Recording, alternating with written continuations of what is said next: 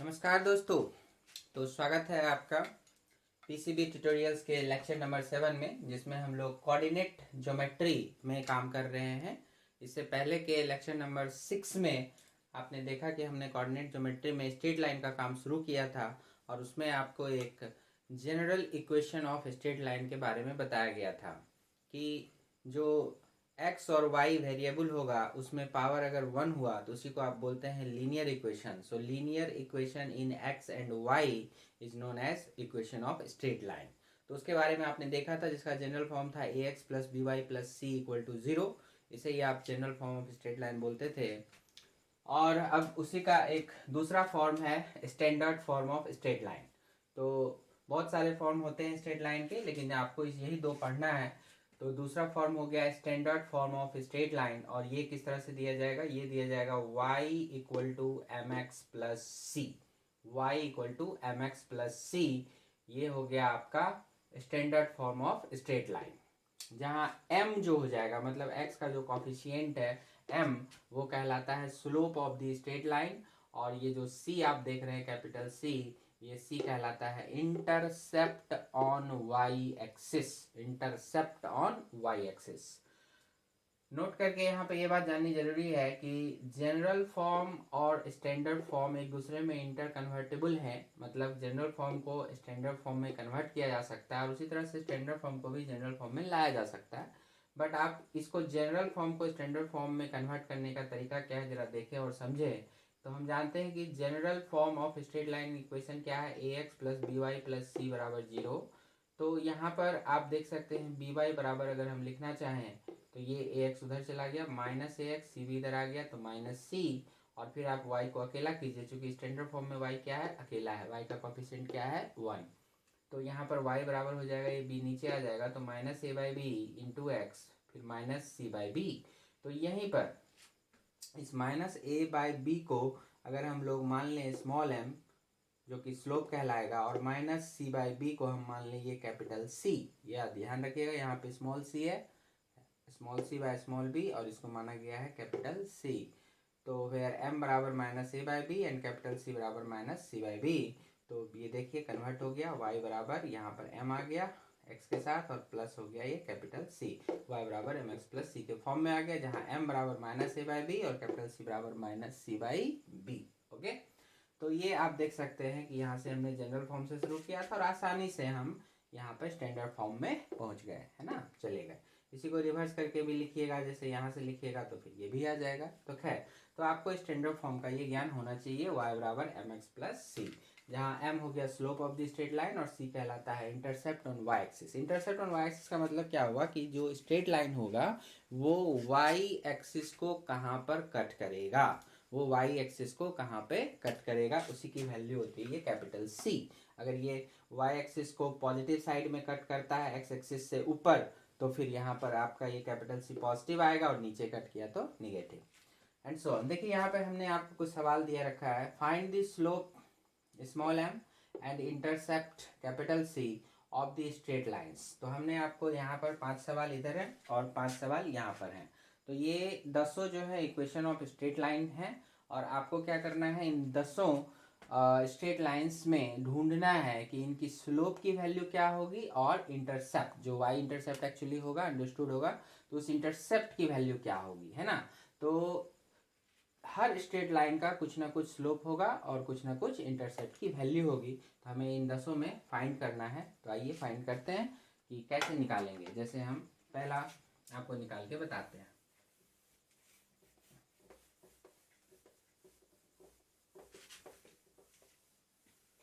तो देखिए पहला स्ट्रेट लाइन का इक्वेशन गिवन है 2x minus y plus 4 equal to 0।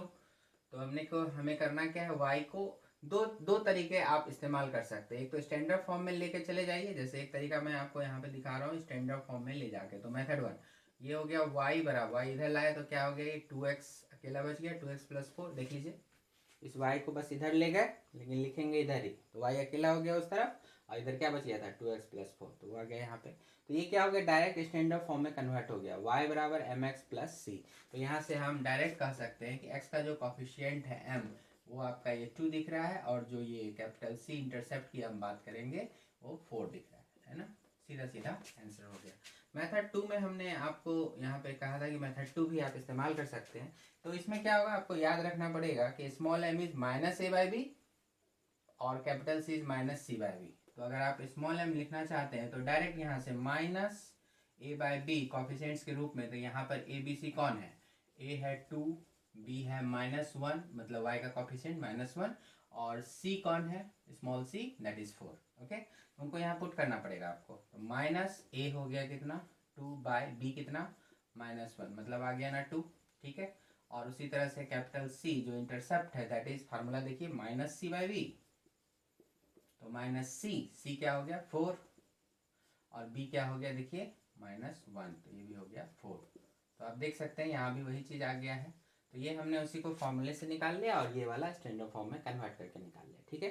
तो अब आपका काम होगा कि वीडियो को पॉज करना है और फिर 2, 3, 4, 5, 6, 7, 8, 9 और 10 इन सब के स्मॉल m और कैपिटल C को आप फाइंड करेंगे। तो वीडियो को पॉज कीजिए और इस तरीके को समझते हुए आप खुद से फाइंड करने का पूरा प्रयास करेंगे, ठीक है। हाँ जी, हो गया आपका। तो आइए मिलाते हैं। नंबर 2 में देखिए क्या दिया हुआ है, x plus 2y minus 1 equal to 0। तो हमें स्टैंडर्ड फॉर्म में ही ला करके कन्वर्ट करने में आसानी होती है, तो हम वही दिखाते हैं आपको। 2y equal to minus x plus 1, और फिर आपका ये y को अकेला करना है, तो minus half x plus half. तो m की वैल्यू हो जाएगी माइनस हाफ, और आपका जो वो इंटरसेप्ट बना that is plus half. Simple है। तीसरा फटाफट देखेंगे क्या है, x plus 5y equal to 0, तो which means 5y equal to minus x, so y equal to minus 1/5x plus 0। Okay, नहीं कुछ है तो 0। तो इसलिए आपका m क्या हो गया -1/5, और इंटरसेप्ट c की वैल्यू हो गई 0, ठीक है। जब इंटरसेप्ट c 0 होता है तो इसका मतलब है कि जो स्ट्रेट लाइन है वो ओरिजिन से पास करता है, ठीक है। y एक्सिस को ना तो ओरिजिन के ऊपर कट करेगा ना ओरिजिन के नीचे, बल्कि ओरिजिन से ही पास कर जाएगा। आइए 4 नंबर देखिए क्या लिखा हुआ है, x minus y equal to 0। तो यहाँ भी क्या हो गया, y इक्वल टू एक्स, और नहीं कुछ है तो 0 लिख सकते हैं। तो इसका मतलब हो गया जो m की वैल्यू आई, x का कोफिशिएंट कितना, तो +1, और जो ये c है दैट इज 0। इस तरह से। पांचवा, x plus 2y equal to 3, तो 2y इक्वल टू कितना हो गया -x प्लस 3। तो आपका y क्या बन जाएगा -12x प्लस 3/2। तो इसका मतलब हो गया m क्या हो गया -12, एंड इंटरसेप्ट हो गया 3/2, है ना। तो ये सब आपके आंसर्स इस तरह से आते चलेगा। 6 नंबर को भी देखते हैं। यहाँ पर है x माइनस 5 इक्वल टू 0, ठीक है। तो यहाँ पर तो y है नहीं, है ना, y तो है ही नहीं, तो स्लोप कैसे निकालोगे। तो इनके लिए फिर आप वो फार्मूले का इस्तेमाल कर सकते हैं, या फिर उससे भी आसान क्या होगा, आपको फार्मूला जो स्मॉल a स्मॉल b, जैसे यहाँ पर अगर मेथड 2 में जो बताया था, जैसे स्मॉल a की वैल्यू क्या हो गई 1, b की वैल्यू क्या हो गई 0, c की वैल्यू क्या हो गई -5, है ना। तो क्या बताया था, स्मॉल m बराबर -a/b। तो आप देखो -a का मान हो गया 1 और b का मान क्या हो गया 0। तो एनी नंबर डिवाइडेड बाय 0, तो क्या होगा ये अनडिफाइंड होगा, और इसको हम लोग दिखाते हैं इन्फिनिटी से, ठीक है। तो आप इसको एरो लगा के अनडिफाइंड ऐसे घोषित कर दो। और इंटरसेप्ट की बात आप करेंगे कैपिटल C, तो उसका भी था -c/b, तो -c क्या था -5, और b ऑफ कोर्स क्या है 0। तो इंटरसेप्ट भी आपका क्या हो गया, इंटरसेप्ट भी अनडिफाइंड हो गया, मतलब कुछ भी आप यहाँ पे कह नहीं सकते हैं।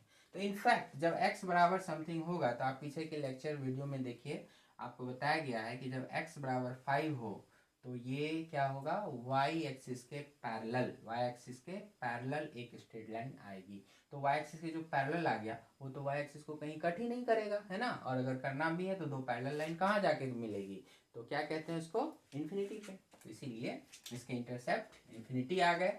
और स्लोप की वैल्यू भी ऐसे केसेस में क्या होती है, इन्फिनिटी होती है। स्लोप के बारे में हम और आगे डिस्कशन करेंगे, फिलहाल आप निकालते कैसे हैं उसको देखते चले। 7 नंबर, यहाँ पे y प्लस 2 इक्वल टू 0 है, तो यहाँ पर तो y मुझे मौजूद है, इसलिए आप चाहें तो इसे निकाल सकते हैं। y इक्वल टू क्या हो गया, -2। तो आप इसको देख सकते हैं कि आप इसको ऐसे भी लिख सकते हो, y equal to 0 into x और फिर -2। तो इससे क्या हो गया, आपका जो स्लोप बना वो x का कॉफिशिएंट 0 और इंटरसेप्ट क्या हुआ, -2, है ना। तो मैंने आपको ये भी कहा था कि जब y equal to any number हो तो ये किसके पैरेलल होगा, x एक्सिस के। ध्यान में रखना है, x इक्वल टू समथिंग तो y एक्सिस के पैरेलल और y इक्वल टू समथिंग तो x एक्सिस के पैरेलल। तो एक हॉरिजॉन्टल लाइन आ गई आपकी, और हॉरिजॉन्टल लाइन जो आ गई उसका स्लोप का वैल्यू हो जाता है 0, और हॉरिजॉन्टल लाइन y एक्सिस को कट तो करता ही है, तो ये कहाँ पे कट कर रहा है, तो -2 पे, है ना, -2 पे कट कर रहा होगा। तो हम लोग आगे ग्राफ बना करके भी देखेंगे तो उससे और क्लियर होगा। 8 number, x plus y equal to 2, तो इसका मतलब y इक्वल टू क्या होगा, -x प्लस 2। तो स्लोप की वैल्यू आ गई -1 और इंटरसेप्ट क्या आ गया, 2, है ना, यहाँ से 2 हो गया। इस तरह की बात है। आइए 9 नंबर कौन है, x इक्वल टू 0। तो बड़ा सिंपल हो गया, x इक्वल टू 0 मतलब बताया था ये कौन सा एक्सिस हो गया, y axis. Okay, x equal to 0 is actually y axis. तो y एक्सिस तो सीधा होता है, ऐसा होता है, तो उसके लिए आपके स्लोप के मान जो होंगे वो भी अनडिफाइंड हो जाएंगे। क्यों, तो आप चाहो तो इसको उसमें कन्वर्ट करके देखो, इसमें हो गया ax, तो a तो 1 हो गया, है ना, और फिर 0 इंटू वाई कर सकते हो, b का वैल्यू 0 हो गया, और फिर c का मान भी 0 हो गया, इक्वल टू 0। मतलब कहने का a 1 है, बाकी b 0 आ गया, c 0 आ गया। तो स्लोप m बराबर क्या हो गया, -a/b। तो माइनस a का मान रखिए 1 और b का मान रख दीजिए 0। देखिए जैसे डिनोमिनेटर 0 आया तो टर्म बन जाएगा अनडिफाइंड, ठीक है ना। और कैपिटल C जो इंटरसेप्ट था वो भी small c by small b minus लगा के, तो क्या हो जाएगा, -0/0। तो ये सब भी अनडिफाइंड टर्म्स हैं इस तरह से, है ना। तो इंटरसेप्ट भी इसका अनडिफाइंड। उसी तरह से 10 नंबर है, y equal to 0,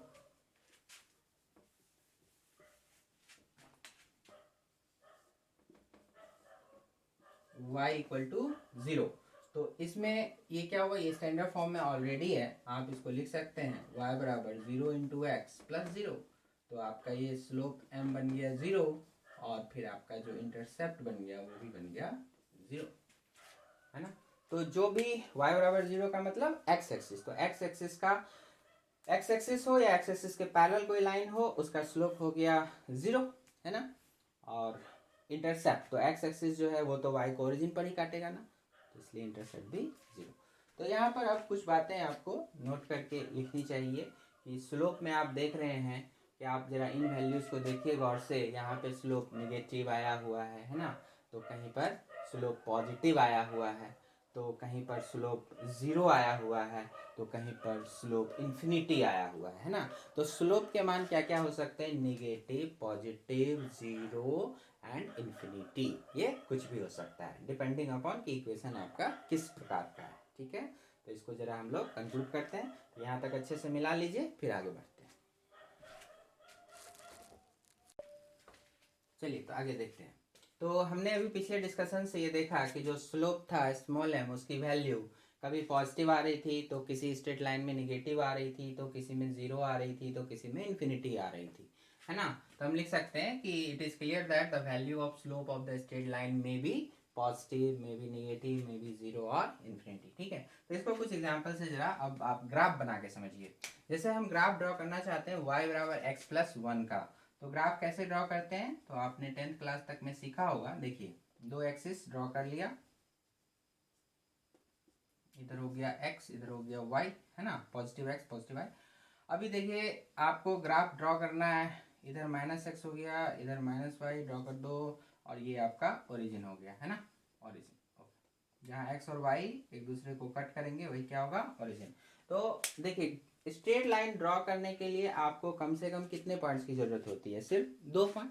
okay, straight line draw करने के लिए आपको कम से कम ज़रूरत होती है 2 पॉइंट की।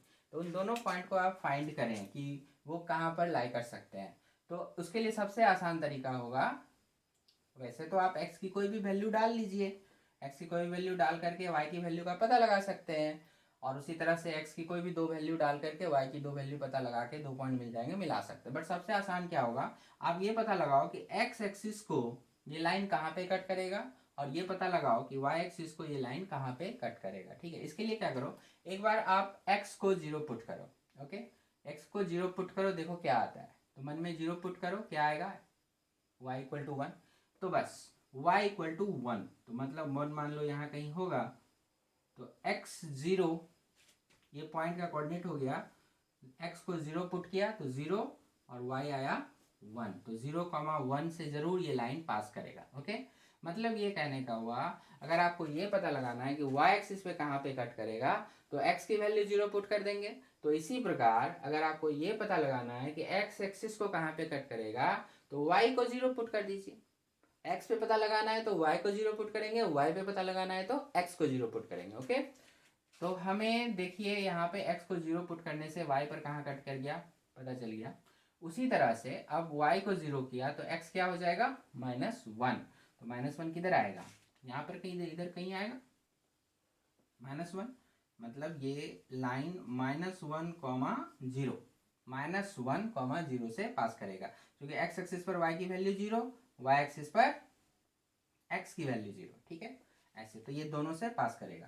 तो 0,1 को मैं थोड़ा साइड लिख दूं, और फिर क्या है, दोनों लाइन को दोनों पॉइंट जो मिले उनको मिला दीजिए तो आपको ये लाइन मिल गया। तो this is the graph of y equal to x plus 1। तो ये एक ऐसी लाइन हो गई, क्लियर है। उसी तरह से यहाँ पर आप देखेंगे y बराबर -x प्लस 1, तो इसका भी आप ग्राफ ड्रॉ करें। तो फटाफट ड्रॉ करते हैं, x और y एक्सिस बनाया, और इधर x हो गया -x, y -y। चलिए, तो यहाँ पर क्या है, x को 0 पुट किया, y क्या हो गया 1, मतलब ये यहाँ से पास करेगा, और फिर y को 0 किया तो x इक्वल टू 1, मतलब ये इधर से पास करेगा, मतलब ये 1,0 यहाँ से, और ये हो गया 0,1 यहाँ से, इनसे पास करेगा। तो इनको मिला दीजिए, ये देखिए, तो ये हो गया इसका इक्वेशन, y बराबर -x plus 1, y equal to -x plus 1 का ये ग्राफ, स्ट्रेट लाइन। ठीक है, दोनों एक्सिस पर कहाँ कहाँ कट किया पता लगाएंगे, ड्रॉ कर देंगे। चलिए यहाँ पर आते हैं, इसमें क्या है, इसमें आपको दिया हुआ है y बराबर 2, y बराबर 2। तो ये कैसे ड्रॉ करोगे आप, y इक्वल टू 2, तो y कहाँ पर 2 होगा, यहाँ कहीं होगा। अब ये बोलता है क्या कि ये लाइन ऐसी है जिसपे y की वैल्यू हमेशा ही 2 आती है, मतलब साफ है कि इसको न, अगर आप इसको नीचे ले जाओगे तो y का मान तो कम होता जाएगा, ऊपर ले जाओगे तो बढ़ता जाएगा। इसका मतलब ना नीचे ना ऊपर, तो सीधा पैरेलल टू x एक्सिस। यहाँ 2 पॉइंट की जरूरत नहीं, ठीक है, यहाँ लॉजिक से। और वैसे भी y इक्वल टू समथिंग मतलब parallel to x axis, and x equal to something तो पैरेलल टू y एक्सिस। तो उसी तरह से, तो ये कौन सा पॉइंट हो गया, x0 y2 यहाँ पे। और उसी तरह से इधर आ जाइए,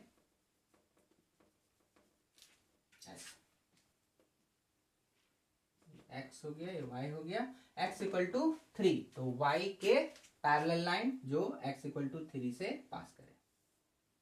ठीक है, इस तरह से। तो इस पॉइंट का कोऑर्डिनेट क्या कह सकते हैं, 3,0, इस तरह से, है ना। तो this is x equal to 3 and this is y equal to 2, ऐसे। अब आप अगर यहाँ पे ध्यान से देखिए तो यहाँ पर स्लोप का वैल्यू क्या था, यहाँ पर स्लोप का वैल्यू y बराबर mx प्लस सी, तो m क्या होगा +1। यहाँ पर स्लोप की वैल्यू देखिए, ऑफकोर्स इसी तरह -1।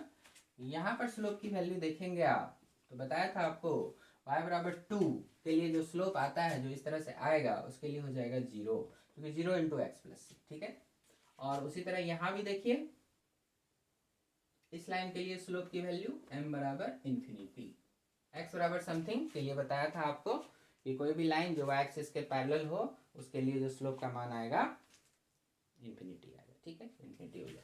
आप देख सकते हैं पॉजिटिव, नेगेटिव, 0, इन्फिनिटी। तो यहाँ पर एक खास बात होती है, आपको ऑब्जर्व यहाँ पे करना चाहिए क्या कि देखिए लाइन अगर आगे की ओर झुकी हुई है ना, मान लो कि ये हमारा एक स्ट्रेट लाइन हुआ, अब ये स्ट्रेट लाइन क्या हुआ कि ये ऐसे वाई एक्सिस हो गया, तो अगर ये लाइन हमारा ऐसे सामने की ओर झुका हुआ है, देख रहे हो ना, तो हमेशा एम आएगा पॉजिटिव, ओके, एम आएगा पॉजिटिव। अगर लाइन पीछे की ओर झुकी हुई, देखिए इस तरह से पीछे की, ऊपर से अगर देखेंगे तो निगेटिव ऑफ एक्स की तरफ ऐसे, तो स्लोप आएगा नेगेटिव। क्लियर? लाइन अगर एकदम हॉरिजॉन्टल हो जाए, एक्स एक्सिस के पैरेलल हो जाए, तो स्लोप हो जाएगा 0, और लाइन अगर एकदम वर्टिकल हो जाए, मतलब कि वाई एक्सिस के पैरेलल हो जाए, तो स्लोप आ जाएगा इन्फिनिटी। ठीक है, अनडिफाइंड। तो ये चीज़ आपको एकदम दिमाग में बिठा के रखनी है कि कोई भी स्ट्रेट लाइन ग्राफ में अगर हमें लाइन आगे की तरफ झुका हुआ मिलता है तो उसका स्लोप निश्चित रूप से पॉजिटिव होगा। अगर कोई पीछे की ओर झुका हुआ मिलता है तो निगेटिव होगा। अगर कोई बिल्कुल फ्लैट मिलता है, हॉरिजॉन्टल मिलता है, एक्स एक्सिस के पैरेलल मिलता है, तो उसका स्लोप 0 होगा। और अगर कोई वाई एक्सिस के पैरेलल आता है तो फिर उसका स्लोप इन्फिनिटी होगा, अनडिफाइंड कहेंगे। ठीक है, तो इस तरह से आप स्लोप के बारे में ध्यान में रखिए। फिजिक्स में ये बहुत ज़्यादा काम आएगा आपको। तो हम एक बार इसको जरा सा, अगर आप समझ गए तो इस आधार पर इसको चेक किया जा सकता है। इधर हो गया पॉजिटिव एक्स, इधर हो गया negative x, positive y, negative y. ठीक है, तो चलिए अब मैं अगर आपको बोलूं कि कोई लाइन ऐसे यहीं से लेके पास कर देता हूं, मैंने एक लाइन ऐसे दे दिया, एक लाइन ऐसे दे दिया। ठीक है, तो यहाँ पर कौन सा लाइन का स्लोप पॉजिटिव होगा? ऑफ कोर्स ये वाली जो लाइन आप देख रहे हो, ये लाइन देखिए, लाइन यहाँ से यहाँ तक कहीं भी जा सकते हैं, उससे कोई मतलब, छोटा लाइन हो बड़ा लाइन हो उससे कोई मतलब नहीं है।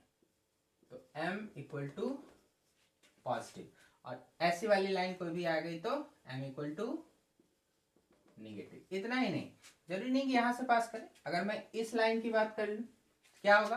पीछे ही तो झुका है ना, ये लाइन ऐसे खड़ा थोड़ी है, पीछे ही तो झुका है, तो मतलब इसके लिए भी m जब भी आप निकालेंगे क्या आएगा? निगेटिव आएगा। तो यहाँ पर आपको सिर्फ निगेटिव पॉजिटिव पहचानना है। कोई भी लाइन अब जैसे ऐसे पास करिए यहाँ से, तो ये लाइन देखिए आप, ये वाली लाइन, ये लाइन क्या है? ऐसे होता है सीधा, ये देखिए ऐसे ऐसे झुका हुआ है, सामने की ओर झुका हुआ है, पॉजिटिव साइड में झुका हुआ है, तो m क्या होगा इसके लिए भी? पॉजिटिव। ओके, आगे को झुका तो पॉजिटिव, पीछे को झुका तो निगेटिव। झुका ही नहीं, सीधा खड़ा रह गया, जैसे ये स्ट्रेट लाइन सीधा रह गया ऐसे, तो क्या कहोगे? इन्फिनिटी। ठीक है, चाहे उधर रहे चाहे इधर रहे, डजेंट मैटर। ओके, कोई दिक्कत नहीं।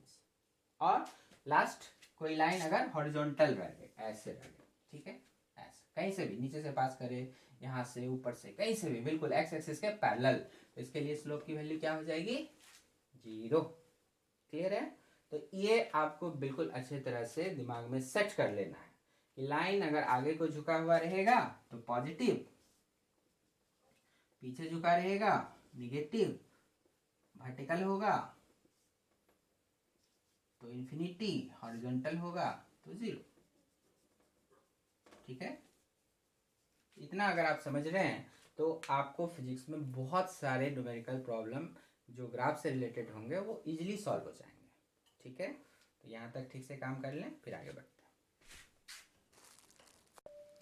तो based upon previous discussion of slope, आप देखिए आपको एक सवाल छोटा सा दिया हुआ है। आपको फिजिक्स में इस तरह के बहुत सारे ग्राफ मिलेंगे, तो जहां आपको कॉन्सेप्ट लगेगा स्लोप का, पॉजिटिव नेगेटिव है ना, और 0 इन्फिनिटी, ये सब पता होना चाहिए आपको। तो अब देखिए तो जरा, अगर मैं कहूँ कि O A, slope of O A straight line हो गया, एक स्ट्रेट लाइन का स्लोप हमेशा फिक्स होगा, तो ओ से लेके ए तक का जो भी स्ट्रेट लाइन है उसका स्लोप बताना है आपको।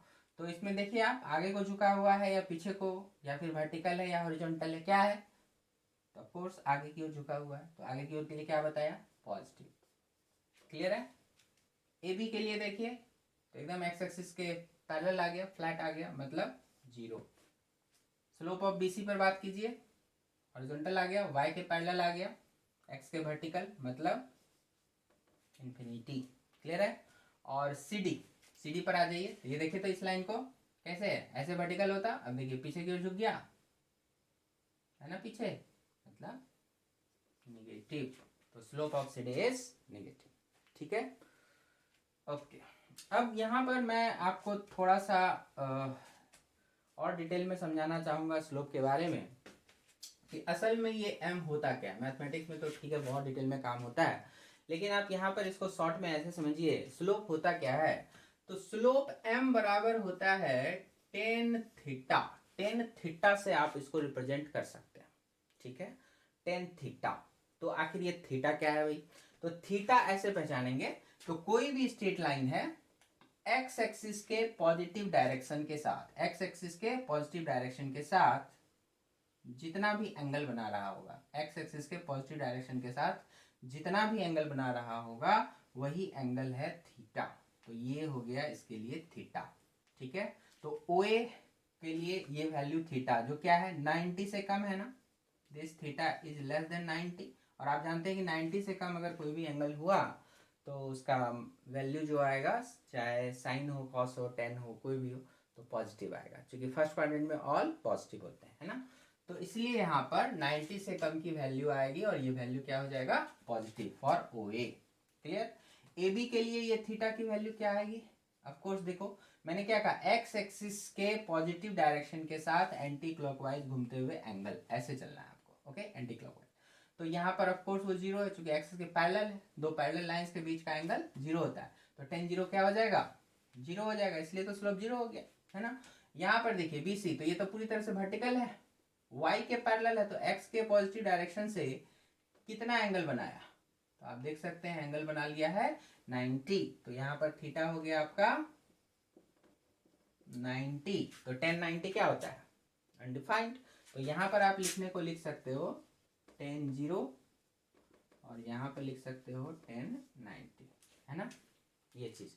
और यहाँ पर क्या होगा कि यहाँ पर जो थीटा की वैल्यू होगी, आप देख सकते हैं that theta is greater than 90 degree, मतलब ऑब्ट्यूज एंगल आ गया, ओके। तो ऑब्ट्यूज एंगल आ गया, सेकेंड क्वाड्रेंट में चला गया, तो सेकेंड क्वाड्रेंट में टेन थीटा का मान होता है निगेटिव, ओके, इसलिए वो निगेटिव दिखा रहा है। क्लियर है? तो सी डी के लिए जो एक्स एक्सिस का पॉजिटिव डायरेक्शन है, वहां से जो ये लाइन एंगल बना रहा है anti clockwise, that angle is greater than 90 degree. Clear? इसीलिए टेन थीटा हो जाएगा उसके लिए निगेटिव। तो ये भी एक एक्सप्लेनेशन हो गया, ठीक है। तो m बराबर आप कह सकते हो टेन थीटा, जहां यहां मैं लिख देता हूं where theta is the angle formed by the straight line from the positive direction of x axis in anti-clockwise direction, okay। तो x एक्सिस के पॉजिटिव डायरेक्शन से एंटी क्लॉकवाइज घूमते हुए स्ट्रेट लाइन जो भी एंगल बनाएगा, उसी एंगल में जब आप 10 को ऑपरेट करोगे तो 10 थीटा कहलाएगा slope of the straight line. This m is what, this is slope of the straight line, ठीक है। तो बहुत ज्यादा इंपॉर्टेंट कॉन्सेप्ट है ये, तो इसको जरूर याद रखिए आप लोग, है ना। तो बहुत जगह काम आता रहेगा ये सब। तो स्ट्रेट लाइन में हम लोग अगर फिलहाल इतना से भी आप अगर काम चला लें तो दैट्स एनफ, ठीक है। तो नीट फिजिक्स को सॉल्व करने के लिए इतना से आपका काम आराम से हो जाएगा, तो इसके लिए कोई टेंशन की बात नहीं है। तो स्ट्रेट लाइन के बाद अब हम लोग नेक्स्ट वीडियो लेक्चर में हम लोग थोड़ा सा सर्कल के बारे में, और फिर उसके बाद कोनिक सेक्शंस, जिसमें कि पैराबोला, इलिप्स और हाइपरबोला। हाइपरबोला तो वैसे आपको बिल्कुल काम नहीं आएगा, लेकिन हाँ एक रेक्टेंगुलर हाइपरबोला तो काम आएगा, है ना, लेकिन जनरल और स्टैंडर्ड फॉर्म की उतनी जरूरत नहीं पड़ेगी, लेकिन एक रेक्टेंगुलर हाइपरबोला नाम का वो सब आएगा, तो हम लोग सब डिस्कस करेंगे वहाँ पे। तो आप ठीक है, ये इतना तक समझ में आ गया आपको, तो इस सब को सही कर लीजिए। और समझ में आ रहा हो तो ज़रा लाइक बटन दबा दीजिएगा, सब्सक्राइब कर लीजिएगा, ताकि वीडियो अपलोड होते रहेंगे और आपकी पढ़ाई आगे चलती रहेगी। ओके, ठीक है, तो खाएं पिए मस्त रहें। All the best.